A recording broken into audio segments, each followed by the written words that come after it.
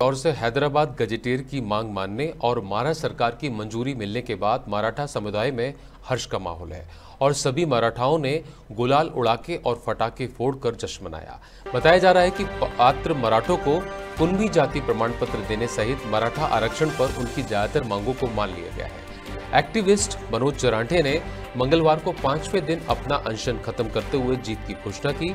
इस घोषणा के बाद उनके समर्थकों में जश्न का माहौल है। जानकारी के मुताबिक महाराष्ट्र सरकार प्रदर्शनकारियों की मुख्य मांग पर सहमत हो गई है, जिससे आरक्षण का रास्ता साफ हो गया है।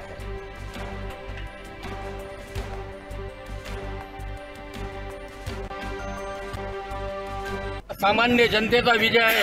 यात मुस्लिम बांधवांनी केलेली मदत अतुलनीय आहे, त्यांनी केलेलं सहकार्य अतुलनीय आहे।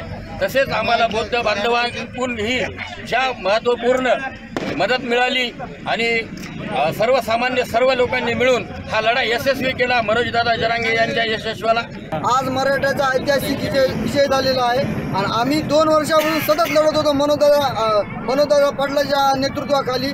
आज या लढ्याला कुठेतरी यश आलेले आहे। आम्ही सगळ्या भाऊबंदीचे आभार मानतो, दलितांचे आभार मानतो, मुस्लिमांचे आभार मानतो। त्यांनी आम्हाला मुंबईत जे सहकार्य केलं त्याचे आम्हाला उत्तर भेटता येणार नाही। दादा जरांगे पाटलांच्या नेतृत्वाखाली आज झालेल्या महाराष्ट्रातील मराठ्यांचा विजय हा खऱ्या अर्थानं या महाराष्ट्राचा जातीय सलोखा निर्माण करणारा ठरलेला आहे।